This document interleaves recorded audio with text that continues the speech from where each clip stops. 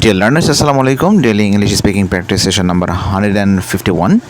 সমসাময়িক বহুল উচ্চারিত কিছু বাংলা শব্দ চলুন তার ইংরেজি জানার চেষ্টা করি।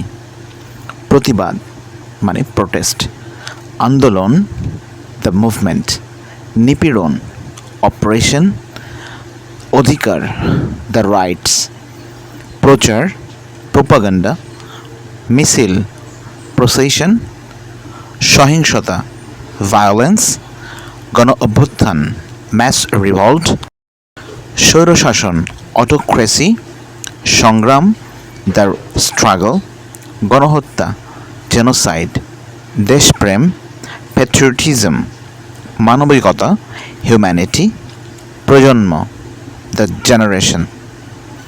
প্রিয় শিক্ষার্থী, এইভাবে আপনারা প্রতিদিন নিত্য নতুন শব্দ নিয়ে প্র্যাকটিস করতে থাকবেন। দেখা হচ্ছে পরবর্তীতে নতুন কোনো টপিক নিয়ে।